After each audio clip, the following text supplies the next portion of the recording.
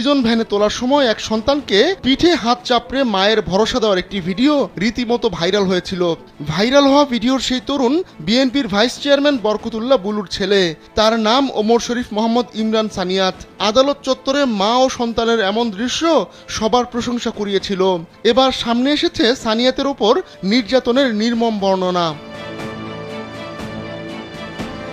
এ নিয়ে সামাজিক যোগাযোগ মাধ্যম ফেসবুক একটি পোস্ট দিয়েছেন ফরিদ উদ্দিন নামে এক ব্যক্তি। তিনি লিখেছেন, রিমান্ডে প্রতিদিন সানিয়াতের জন্য ছিল জাহান্নাম। সে কষ্ট সহ্য করতে না পেরে প্রতিনিয়ত মরার জন্য দোয়া করত।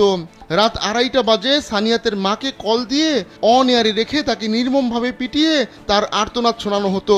সেলফিন অ্যাপে দেশ বিদেশের যে কোনো জায়গা থেকে অ্যাকাউন্ট খুলতে পারবেন কোনো ঝামেলা ছাড়াই। সেলফিন, আগামীর ব্যাংকিং।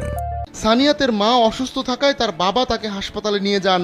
ডাউন সিনড্রোমের রোগী ছোট ভাইকে নিয়ে বাসায় একা ছিলেন সানিয়াত।